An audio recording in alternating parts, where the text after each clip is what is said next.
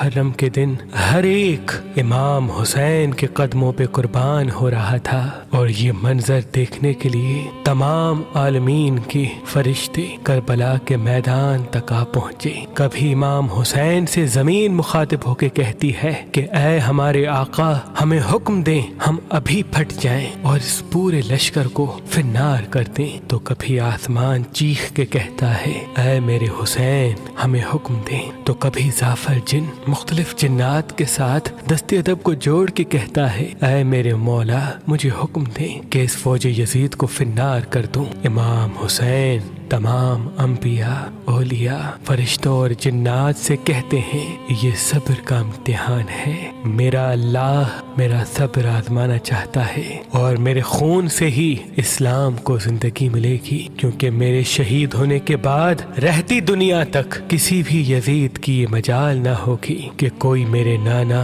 حضرت محمد مصطفیٰ صلی اللہ علیہ وآلہ وسلم کی شریعت کو جھوٹا کہے۔ بس سب مولا حسین کا امتحان دیکھ رہے ہیں۔ امام حسین علی اکبر کے سینے سے برچھی نکالتے ہیں تو کبھی اپنے 6 ماہ کا بچہ قربان کرتے ہیں۔ جب آپ کے ساتھ کوئی نہ رہا، آپ خیام میں آتے ہیں، بیویوں سے الوداع کہتے ہیں، امام سجاد کو وصیتیں کرتے ہیں کہ اسلام کے لیے ہر دکھ تکلیف کو برداشت کرنا، لیکن قدم قدم پہ اپنے نانا کی رسالت کی گواہی دیتے رہنا۔ بس جیسے ہی بیویوں سے الوداع کہہ کے زلجنا کو حکم دیتے ہیں کہ اے میرے گھوڑے، مجھے میدان میں لے کے چل، زلجنا آگے نہیں بڑھتا۔ امام حسین زلجنا کے قدموں میں دیکھتے ہیں کہ آپ کی بیٹی سکینہ زلجنا کے پیروں میں لپٹی ہوئی ہے۔ آپ اترتے ہیں، اپنی بیٹی سے فرماتے ہیں اے میری بیٹی سکینہ، اپنے بابا سے الوداع کہو۔ بی بی سکینہ فرماتی ہے بابا صبح سے لے کے اب تک جو میدان میں گیا وہ واپس نہیں آیا۔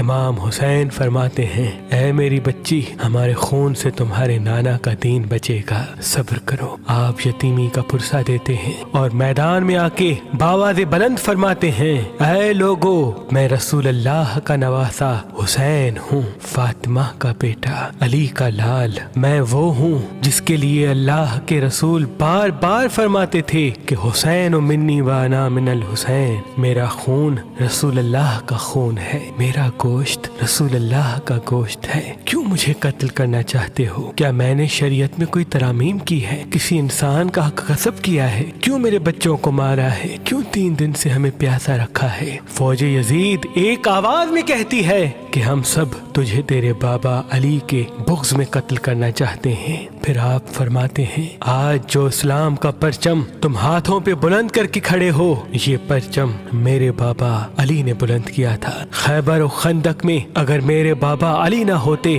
تو اسلام کی فتح ناممکن تھی۔ آج اس علی کو یہ صلہ دے رہے ہو کہ اس کی اولاد کو اس بیابان میں بھوکا و پیاسا کر کے قتل کر رہے ہو۔ بس عمر بن سعد کہتا ہے کہ حسین کی بات نہ سنو، حملہ کر دو۔ تاریخ نے لکھا امام حسین علیہ السلام کے مد مقابل جو بھی آیا وہ فنار ہوا۔ زمین پہ اس سے پہلے ایسی جنگ نہ دیکھی گئی کہ ایک 3 دن کا بھوکا پیاسا شیر کی طرح لڑ رہا ہے اور فوج دور دور بھاگ رہی ہے۔ بالآخر شمر عمر بن سعد نے یہ سوچا کہ یہ علی کا شیر ہے، اس سے مقابلہ کرنا ناممکن ہے۔ پوری فوج کو کہتے ہیں کہ ایک ساتھ امام حسین پہ حملہ کیا جائے، لیکن کوئی بھی امام حسین کے قریب نہ جائے، دور دور سے امام حسین کو تیر مارے اور آدھی فوج جا کے خیام کو آگ لگا دے۔ بس ہزاروں کی فوج نے امام حسین کو چاروں طرف سے گھیرا اور دور دور بھاگتے ہوئے امام حسین کو تیر مارتی رہی، نیزے مارتی رہی، اور کچھ امام حسین کے قیام کو جلاتے ہیں۔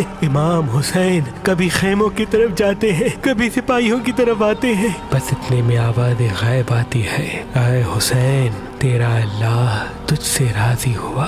امام حسین تلوار کو روک لیتے ہیں۔ فوجی اشکیا جیسے ہی امام حسین کی رکی ہوئی تلوار دیکھتے ہیں تو وہ لوگ جو امام حسین کو دیکھ کے بھاگ گئے تھے وہ بھی قریب آنے لگتے ہیں، اور دور دور سے جس کے ہاتھوں میں جو چیز ہوتی ہے وہ امام حسین کی طرف پھینکنے لگتے ہیں۔ تاریخ نے لکھا جس کے پاس نیزے تھے وہ نیزہ مارنے لگا، جس کے پاس تیر تھے وہ تیر مارنے لگا، جس کے پاس تلواریں تھی وہ تلواریں مارنے لگا، جس کے پاس مارنے کے لیے کچھ نہ تھا، وہ کربلا کی گرم زمین سے مٹی اٹھاتا اور امام حسین کی طرف پھینکتا۔ تاریخ نے لکھا آپ کے جسم پہ اتنے تیر تھے کہ آپ کا جسم مبارک دور سے نظر تک نہیں آ رہا تھا۔ آپ نے چاہا کہ آپ اللہ کے دربار میں سجدہ کریں۔ آپ اپنے آپ کو گھوڑے کی زین سے زمین کی طرف لے کے جاتے ہیں، لیکن آپ کے جسم مبارک پہ تیر اتنے تھے، نہ آپ زمین پہ تھے نہ گھوڑے کی زین پہ تھے، تیروں کے مسلح پہ تھے۔ یہ منظر